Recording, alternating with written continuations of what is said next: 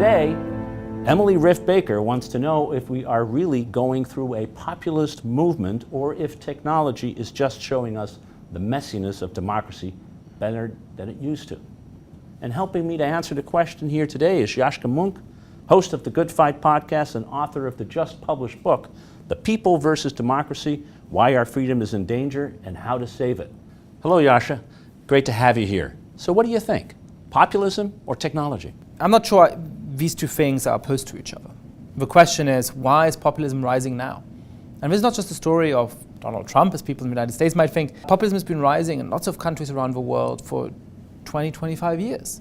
And so the question is, why is this happening now? One of the answers to that is economic. Mm-hmm.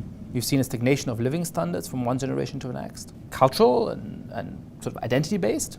You've seen societies that either used to have a self-conception as being mono-ethnic, monocultural, slowly becoming multi-ethnic, or like in the United States, societies that have always been multi-ethnic but that had a strict cultural and racial and social hierarchy, starting to see that challenged. But the third part of the answer to me is technology.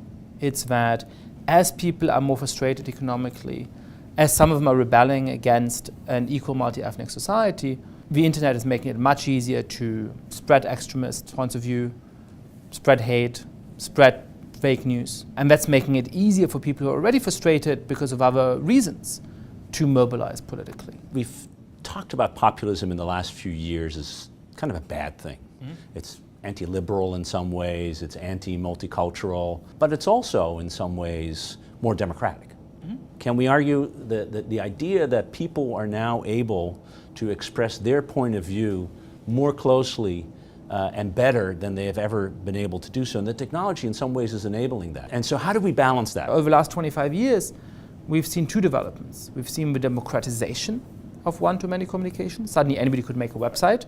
Well, then we had the rise of social media, which is the rise of many-to-many communication. It's done a lot of good in dictatorships, where it's become easier for the opposition to point out the corruption of a regime, chronicle human rights abuses, and so on and so forth, to some degree even put forward alternative points of view. It's had a positive effect in part of our countries. When you think of something like this giant march that would have been impossible to organize without social media with this kind of speed, or the voice that some of the survivors of that shooting now have in our national discourse, I think that's, whatever your substantive view on gun control, positive that people can have this kind of voice in our conversation. But it's also had a negative effect, because it's also allowed people who are extreme, who are cranks, who are liars, who would have been shut up earlier, to have this huge political role. This distinction you made between 25 years ago and today on the technology side, you can also make in a slightly different way that I've been concerned about, which is representative democracy versus direct democracy or referenda. Yeah. That this new phenomenon, relatively new, in some countries it's not new, of course, Switzerland and other places, but to say direct democracy is pure, that having a referendum is a purer expression of democracy than relying on governments who have been elected to make their decisions. And of course the Brexit case is the most obvious case. We have lived for centuries in a political system where if we didn't like what the government did, the way you changed it was to throw out the bums and put somebody else in. But now we have this very strange idea that on one day, a group of people come together and vote one way, that vote stands forever, can't change, never be changed. And so talk a little bit about what does democracy mean in an era where referenda, instant mobilization, which technology allows you to do, and is that a good thing? Mm-hmm. Is that a bad thing? Or how do we work that issue versus representative democracy? Well, let's take an example, right? So you had the referendum something like 8 years ago in Switzerland about the building of minarets, this sort of towers in which the call to prayer is traditionally done in mosques. There was a citizen initiative that led up to a referendum. A lot of Swiss people went to vote on this. Over 60% voted to ban the building of minarets. And as a result, the Swiss constitution now reads, and I quote, "There's freedom of religion in Switzerland. The building of minarets is forbidden." That doesn't make much sense. Right. And in the wake of that, a lot of people in Switzerland, the United States, and Europe criticized this decision as undemocratic because it takes away the rights of the largest religious minority in Switzerland. So I see why they're saying that, but it doesn't make sense to me. How is that undemocratic? You had a vote of a majority of the Swiss people was counted fairly, nobody was excluded from the vote and so on. So it doesn't make much sense in my mind to say this is undemocratic. So I think we can only understand the political system we live in by being very mindful of the fact that it's a liberal democracy. Now, liberal doesn't mean liberal conservative. It doesn't mean George W. Bush versus Barack Obama. It means a protection of individual minority rights, of the rule of law, of a separation of powers. And once you separate that out, you can see that the democratic element is simply an effective set of mechanisms for actually translating popular views into public policies. Now, what does something like the Swiss referendum do? It's democratic, but it's illiberal.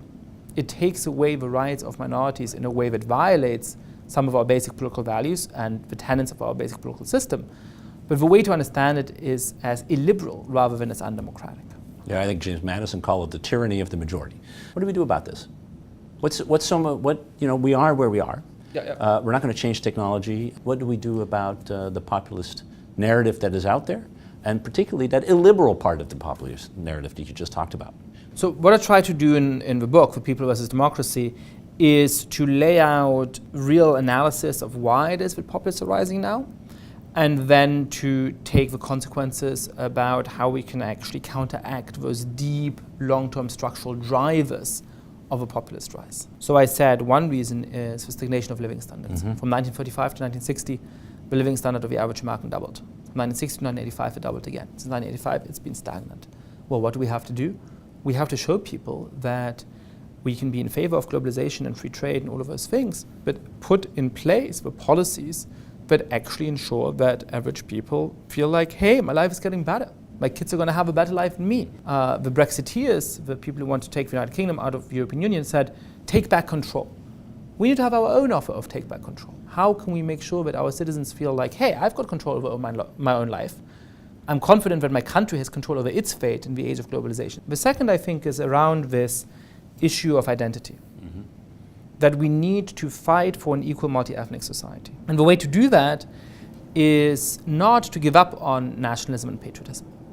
That's a temptation that's strong on the left. I personally felt it when I was growing up. To say, you know what, nationalism has been so dangerous and it's led to so many wars and so much conflict, let's just run away from it. Let's leave it behind in the 20th century, which it, quite cruelly shaped. But I think nationalism and patriotism can also be a great font of solidarity. We need to reclaim what nationalism means in an inclusive way, emphasizing that obviously people can be American, or for that matter, Dutch or German or Swedish, irrespective of where their ancestors came from, what the color of their skin is, what religion they have. They all belong, but together it means something that we're compatriots. And the third thing is around social media and technology, which brings us back to the original question. Now, a temptation I see, especially in Europe, is to censor social media through quite heavy-handed government intervention.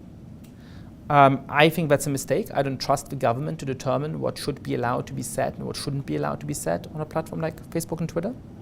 I do think that social media companies need to do a much, much better job enforcing the rules and their community guidelines, making sure that people who spread racist views are kicked off the platform, as in theory they already should be. But most importantly, I think it's going to be difficult to limit the supply of hateful ideas on the internet. We have to change the demand for them, which means fighting for our political values and actually taking seriously communicating to people why, for all of the flaws in our countries, it is still worth living in a liberal democracy. Why it's better to be a citizen of the United States or of Great Britain or of Sweden today than it is to be a citizen of Russia or Venezuela or China or Turkey. Yascha, thanks. Thank you so much. Appreciate this explanation. Populism, democracy, technology, it's all part of it. Appreciate you being here. My pleasure.